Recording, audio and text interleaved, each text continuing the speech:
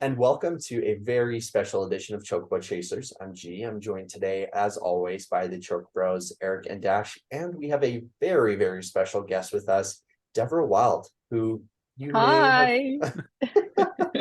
you may have seen Devora's intense and captivating performance as the Githyanki warrior Lae'zel in Baldur's Gate 3. She also announced very recently that she stars as Nina Yankovic in the very recently released Cyberpunk 2077 Phantom Liberty expansion.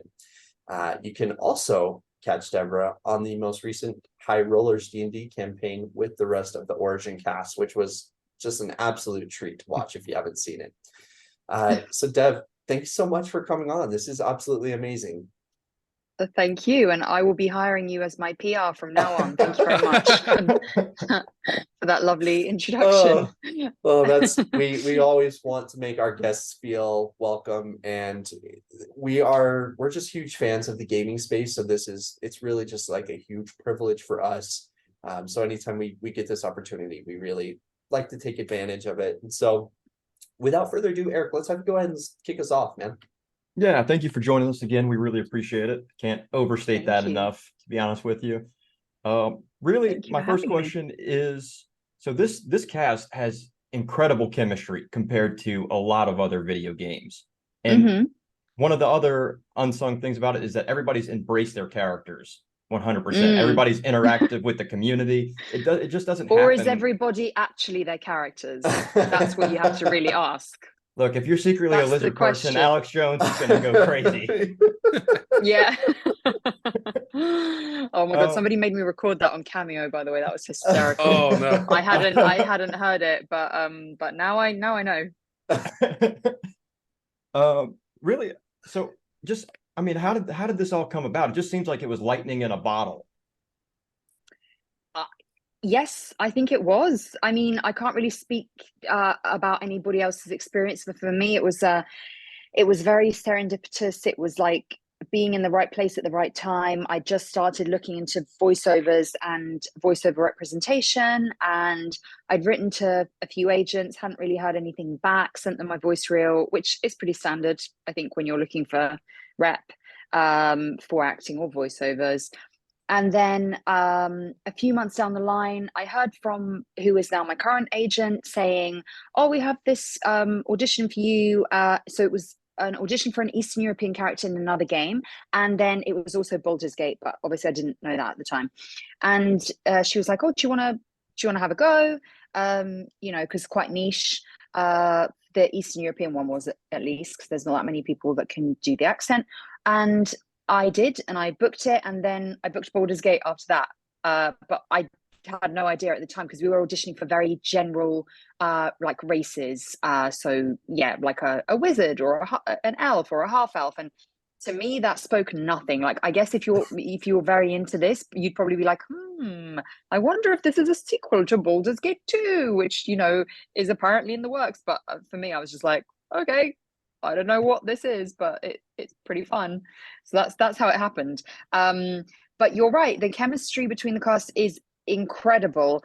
And we were talking about this in another interview, and I honestly think it's partly down to the fact that there's okay, we have like a few celebrities in the game, but the core cast are not particularly celebrity. We're pretty, I would say, unknown. I mean, Neil is known for his work, obviously, in Resident Evil Village, and between us, we've done a few things, but nobody's got that sort of big ego, like, oh, I'm, the star of this cast, so everyone's very down to earth, and I think that's part of the reason why we get along, and we're all very silly, and we're all down for the silliness, as you've probably seen on social media, and it just works. Yeah. It absolutely does. And I think that you kind of hit it on the head. I think Sam Bayard said kind of the similar thing, that you guys all, I mean, it just seems like you all had such a great time on the project, and obviously you have a great time interacting together too with the fans. So you are fluent in English, Bulgarian, and Russian, which is so cool, by the way. Thank you. Did you end up working on any of the lines for the additional languages for Lae'zel, or did you only primarily just work on English? No, I only worked English, and I'm not fluent. Bulgarian is my mother tongue, and Okay. English, obviously. Russian I learned at school because it's very similar to Bulgarian. I wouldn't say I'm like 100% fluent, but I can understand a lot of it. Russian has some very complex grammatical structures that I haven't quite got my head around, but I could probably get by in a conversation.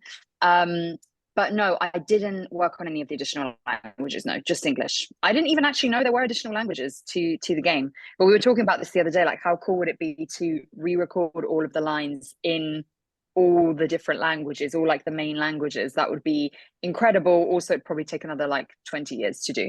But it would be quite cool. That would be very cool. Dash, you want to go ahead and follow that one up? So when you started doing the role of Lae'zel, did you foresee that there would be this much like fan love for such a character, and also Sorry, I can't deal with the poster at the back. I'm instantly drawn to it. I'm instantly drawn. I want to know. I know. Before you ask me this question, I want to know the backstory about this poster. Come on, tell me. Okay, so I'm bald, obviously, so I kind of just I always just have this joke with my friends where I just throw on a pair of sunglasses and just be like, "Hey, I'm Pitbull." Kind of just went with that, and someone's just kind of like, one of my friends is like, "You should get a flag with Pitbull on it." I'm like, "Yeah, I'll just throw on like a bi pride flag and just paint it into my background," because I used to do streaming, so I kind of wanted something in the background to kind of maybe draw people in. So I love it. I thought that flag might work, and it does. It's a conversation starter. You're not the first guest to bring it up. It really works. It really works in combination with your hoodie. It's also just stunning. I'm really sorry. Anyway, I interrupted your question, but I had to get it out. I couldn't not. Oh no, I love the question. It's the first time we've been interviewed. This is perfect. Yeah, this is amazing. All right, but yeah, so when you first started doing the character, did you foresee that she'd become as beloved as she has, and being, in my personal opinion at least, the best romance option? Well, now, would we say she is beloved? Because there's a little bit of division, obviously, where the people love her, hate her, or love to hate her. I think there's a little bit of both. There were some articles that came out that said she was the least favorite companion. I found that personally to be very hurtful. But Lae'zel didn't care, and actually, no, I don't care either. I think it's fun to play a divisive character. So I honestly didn't really think too much about what the reaction would be. I honestly didn't know there would be such a reaction, full stop, because when the game came out in early access, there wasn't too much sort of noise made about it. So I just assumed that people who were fans of it had sort of played it in early access, and now when the game came out in full, they were going to play it. But I never sort of anticipated that there would be such a big reaction after the full game came out. I think a lot of people were waiting for the full game to come out, and yeah, I guess early access sort of blindsided me, because I just assumed from the reaction there that it was just, sort of a standard reaction, but it wasn't crazy. And now when it came out in August, I was like, whoa, okay, well, people are really invested in these characters, and it's very cool to see. I've enjoyed hearing people say like, oh, the Lae'zel, some of the Lae'zel endings made them cry, just to like really touch people and to literally get people emotionally invested in this character is incredible. That's amazing. That's all you can hope for as an actor, really. Yeah, and I'll see some people on my Facebook friends list talking about like how they didn't like how standoffish Lae'zel was. So what kind of message would you give for players who didn't give Lae'zel a fair chance in their party? I would tell them to stop being so weak, Ishtigs. Oh, that's what I would tell them. Honestly, stop being weak and give Lae'zel a chance. Yes. Honestly, I see more backlash for like Asterion. He's definitely probably the more divisive character I've seen. Really? Because everyone seems to be absolutely crazy over Astarion, like unhealthy levels of crazy over Astarion. So I just always assumed that he was like one of the most popular characters, but I haven't read a lot of the backlash about that. I think it's everybody just loves being called darling. Yeah. It's a charm. Yeah. Yeah. I mean, this is the great thing though. All the characters are so individual, and they are just so different from one another that there is something for everyone. So, you know, if somebody doesn't like Lae'zel, then maybe they'll fall in love with Shadowheart or whatever. It doesn't matter. And I personally don't take offense to it. In fact, I find it quite funny that people don't like her, and I like to play into that. I like to play into that because it's just hysterical. It's yeah. Eric, you want to go ahead and ask our next one? Yeah. So you've all been playing D&D, been streaming it. Everybody's been Yes. tuned in. Did you play it before at all, or is this your first experience? No, could you not tell? Could you not tell how much we hadn't played before? I have to say though, actually watching it back, it really looked like we'd studied for it, or we'd done some sort of prep, because it was very smooth. And I don't know if that's like the editing that went into it, but they made us look very good. I can tell you that right before that session, we were there, like we had our character sheets, and some of it, like I think Neil and Sam and Amelia had played before, but like I remember just sitting there backstage, so to speak, with Theo, and we had like a character sheet, and we were just like, I don't know what the hell I'm doing. But we would just like, just go with it, it's going to be fine. And Mark was such a great DM, and he really took us through it. It was so seamless. It was a lot simpler than I expected. I know that D&D isn't very simple, so I think that for him to be able to make us feel at ease in that way was just the mark of a really good DM. And obviously, like, we all know our characters very well, so that helped a lot. And we didn't have to think too much about what does this damage mean and what does that mean, because somebody was always there on hand to sort of help you out with those calculations, shall we say. Yeah, That's awesome. Dash, you want to go ahead next? Yes. So with the Githyanki being such a very unique race in the whole D&D universe, were there any particular challenges in bringing that character to life? yeah, I mean, I can't remember at the beginning, was I told that she was a Githyanki? I think I was told that she was a Githyanki, but it didn't mean a thing to me. Yeah. I didn't know. I had no reference. So I thought of her more as an alien being. The first challenge we came across was the movement. We started off with something very, like, she does head stuff, but it was very jerky. It was almost like when she was doing sort of, they were like almost like Exorcist vibes, and it was too much. It just was too much. And I believe the cinematic team came back from Larian and were like, yeah, it's not really coming across so well. It's jarring a bit in the cinematic, so let's like pull it back and choose something that's alien like, or maybe non-human like, but still in keeping with something that's not terribly jerky. And truth be told, I was so relieved, because my first thought after I had my first session with those jerky movements, I was like, how am I going to sustain this for the next however many months, years this game is going to be? So we pulled that back. And then there was the language. So that, you know, which, to be fair, is always written out phonetically for me. But it's hard to make it sound natural, especially if it's like in a sentence with other English words. If it's very emotionally charged, say you've just, you know, my job is to make it sound like I've always spoken this language, and that like English or like the common tongue isn't my first language. So yeah, but luckily Lae'zel does have some moments where she, you know, classic tieflings line or Fey Run. She does have those moments, which I think are so brilliant little nuggets of writing in there that just show how unfamiliar she is with this world. But overall, I wouldn't say it was a huge challenge for me. It was mostly just a lot of fun and playing around until we got the character. The voice changed a bit as well. We started off with something a little bit more natural, like my natural voice, and we ended up going a lot lower. And actually that coincided a lot with the later acts, because obviously we did early access first. And I was a little bit worried once we got to that, like Lae'zel, you know, that Lae'zel voice that's like really down here and sort of snarly, and I thought, oh god, shit, people are gonna watch in early access and they're gonna be like, why has she changed her voice so much? But now I've seen clips and I'm thinking, first of all, the difference isn't that great, and actually it's nice to have her voice go down, or to have some sort of a change in voice. It signifies that character development, and all the stuff that she's been through. It just signifies it quite nicely. And for her, she's meant to be very young. I think she's meant to be 18.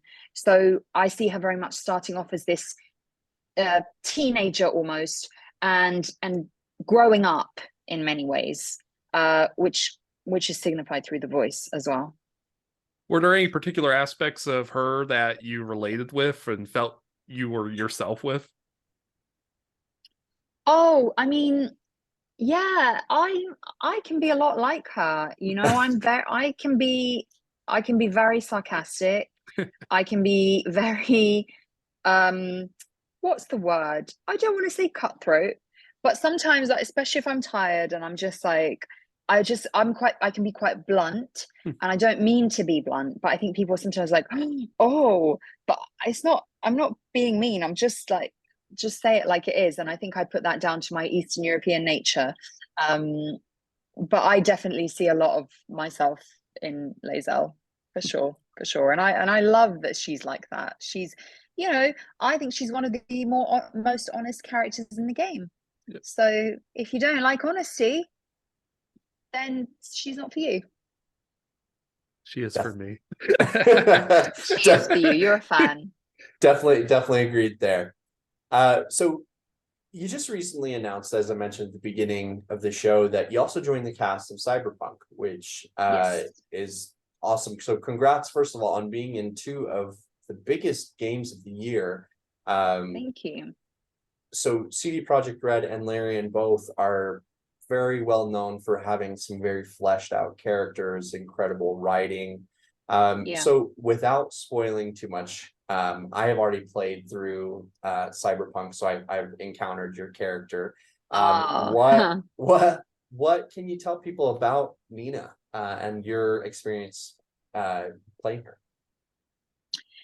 Yeah, it was, well, I was going to start by saying she's very different to Lae'zel, but actually, and a few people made this, they were like, she pretty much has the same attitude as Lae'zel, and I was gonna say, would yeah, agree to. Do you think I'm being typecast? Maybe. I'm trying to now think of the characters I played in past video games, but yeah, potentially. Yes, she is. Well, she is a badass sort of Eastern European. I don't know if we specified exactly where in Eastern Europe she's from. I want to say Russian. I think we did make her Russian specifically. I think so. Yeah. Character. And she is, without giving too much away, she is looking for her brother. And that is where you encounter her. She is obviously a lot smaller role than Lae'zel. But it was a very emotionally charged role, and yeah, I loved it. I loved playing that kind of intensity. I mean, all these characters, what I love about them is that they all just feel so real. And not that I'm a huge gamer, but I know that in the past video game characters have been not that great, sort of very almost silly, cartoonish, not very rooted in reality. And what I love about these characters now that I'm playing more and more is that they are very much real, flawed human beings / aliens. Yeah,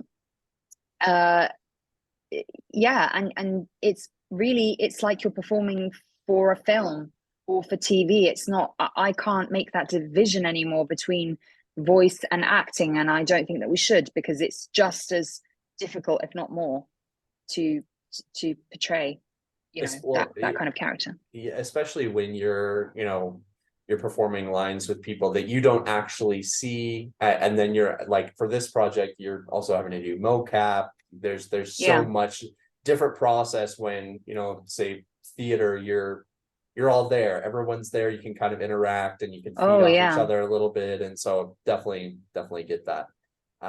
Eric, do you want to go ahead and follow it up? Yeah, so you talked earlier about your character for another game being Eastern European. Is that Warhammer 3? Yes, Total Warhammer 3, and I have another little role in Battlefield 2042. I think that was like a Russian sort of commander. Okay. I'm trying to think if I had any others, but yeah, Total Warhammer 3. That's one of the bigger ones where I play like an Eastern European character. Yeah. Yeah, you have so there's a few castmates from Baldur's Gate 3 that have credits with Warhammer 3. Did you know that going in? Because like Scott Joseph was in it, and then I think Aliana, or I hope I'm saying her name right. Aliana's in it. Yeah, Aliana's in it. I didn't know that. I didn't. Okay. But then we found out. So yeah, I didn't. But it's pretty cool. That small world. I think it is a very small world, and I think with voiceover certainly, and with film and TV. Once you sort of get your foot in one project, it sort of gets the ball rolling, and you gain momentum, and you work begets work, and hopefully there'll be more to come.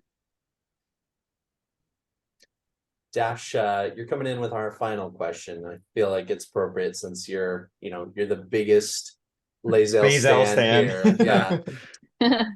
Well, let's start off with how much of the Githyanki language did you learn? Was there like a process with learning it, or what did they kind of just tell you what this word translates to when you're speaking it?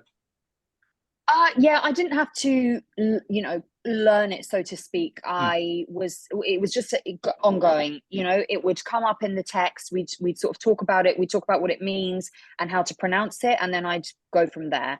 And then as time went on, obviously there was phrases that cropped up more frequently, and then I'd already know how to say that and how to pronounce it and what it meant.